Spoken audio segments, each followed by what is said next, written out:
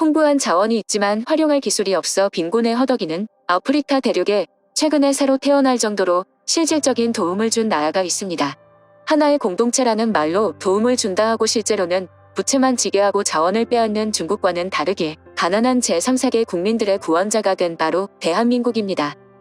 한국이 오기 전 아프리카는 심각한 식량 부족에 시달렸습니다. 쌀을 주식으로 먹는 민족임에도 자급률이 낮아 50% 이상을 외국 수입 쌀에 의존할 수밖에 없을 정도로 처참했습니다. 큰 빈부격차로 인해 수출하는 바나나와 커피콩은 넘쳐났지만 당장 먹을 쌀이 없어 굶어 죽고 있는 형국이었습니다. 현재 아프리카에서 빈번하게 일어나고 있는 일입니다. 더군다나 코로나로 인해 경제 상황이 급격히 나빠지면서 이런 현상은 더욱 심해지고 있습니다. 한국은 이러한 사정을 잘 알기에 2018년 식량원조 협약에 가입해 매년 쌀 5만 톤을 식량위기국에 지원하고 있습니다.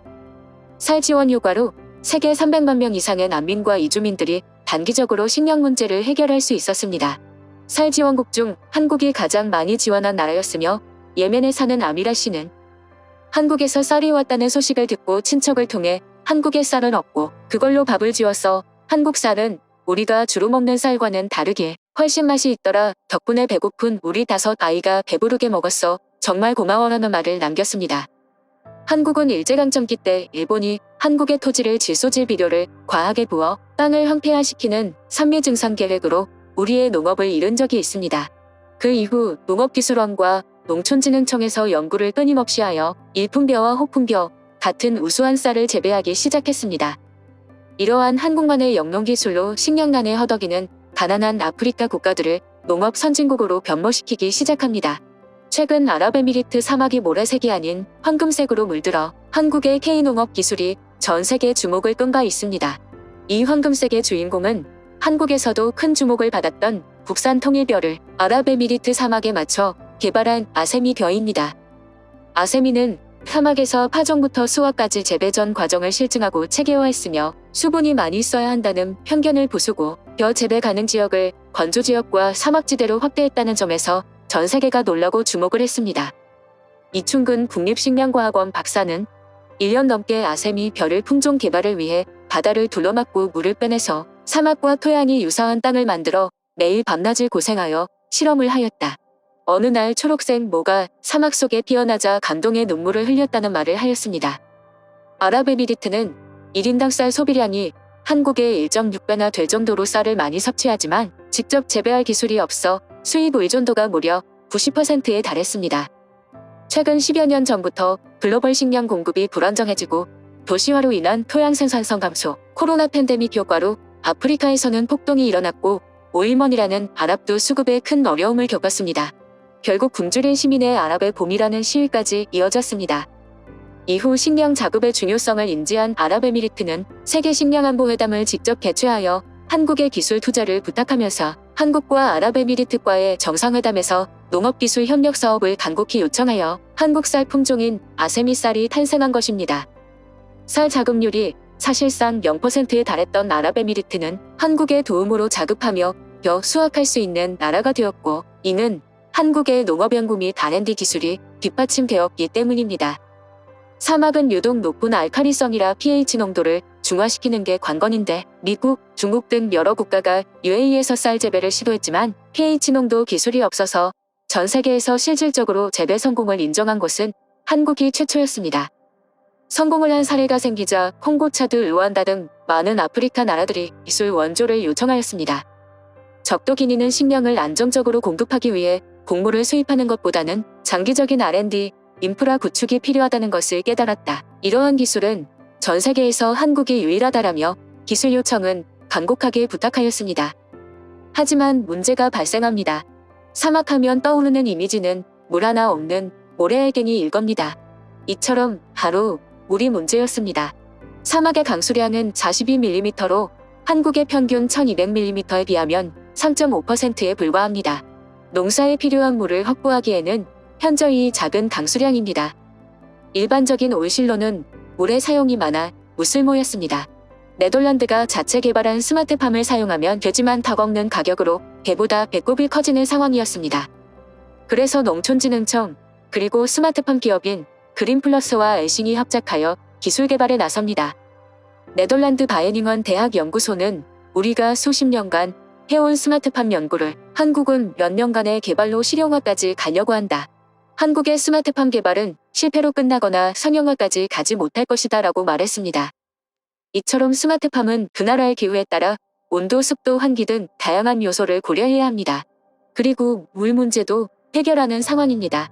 한국은 다른 요소는 문제없이 해결했지만 물의 사용량을 줄이면서 작물을 재배하는 게 가장 큰 골칫거리였습니다. 그러다가 한 가지 기술을 착안합니다. 그건 바로 한국형 냉방 시스템인 포그 냉방입니다. 이 기술은 안개를 응용한 것으로 물의 사용량을 줄이면서 시설 내 온도를 작물이 자라는데 적정한 수준으로 유지할 수 있게 만들어졌습니다. 또한 한국은 좀 더 정밀한 환경 조절로 인해 싱싱한 채소류를 생산하기에 이릅니다. 아프리카의 많은 나라에 수출되며 현지에서 수직 농장은 운영 중인 비샤고피 나으시는 온도와 습도 그리고 환기까지 세 가지 요소를 정말 믿을 수 없을 정도로 조절해 최상의 환경이 조성되고 있다. 우리는 K-스마트팜의 공급 규모 확대를 할 예정이다. 자급하게 해준 한국은 너무나 고마운 국가이다라는 말을 전했습니다. 농식품부는 이러한 성과를 보고 온실 개선 사업을 넘어 한국토지주택공사까지 참여하여 스마트팜을 넘어서는 스마트시티를 완공하겠다는 포부를 보여줬습니다. 이럼에도 불구하고 아프리카의 참혹한 식량난은 현재 진행 중인 사태입니다. 유엔에서 아프리카가 겪고 있는 기아와 식량 불안정을 해결하기 위해서는 단순히 곡물 지원이 아닌 현지에서 농업 생산성을 끌어올릴 수 있는 농업기술 지원이 필요하다고 강조를 했습니다. 하지만 많은 나라들이 기술의 협조보다는 단순히 자국의 곡물 수출을 하면서 아프리카를 이용만 하고 있습니다. 아프리카를 인도적 차원이 아닌 물질적 차원으로만 지원을 하고 있는 셈입니다. 한국은 이러한 상황을 외면하지 못하여 직접 농업기술을 알려주는 기관을 현지에 설립하기 시작했습니다. 바로 해외 농업기술개발 사업인 코피아입니다. 아프리카뿐만 아니라 동남아시아, 중남미 등 채소, 과일류 등을 자급하기 힘들어하는 나라에 직접 파견하여 현지인과 함께 생활을 하면서 기술을 전파하였습니다.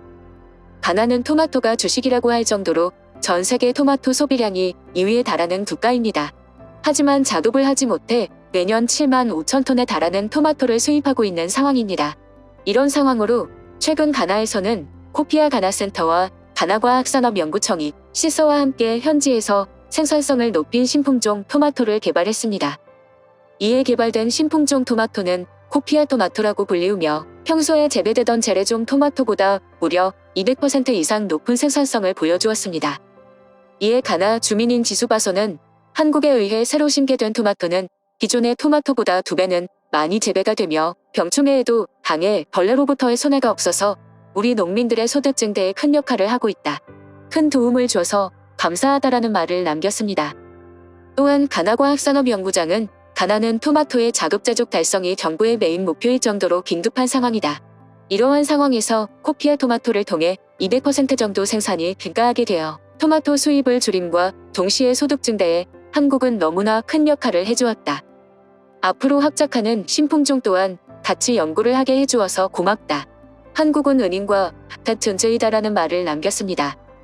한국은 1950년 중반에만 해도 전 세계에서 원조를 가장 많이 받는 나라였습니다.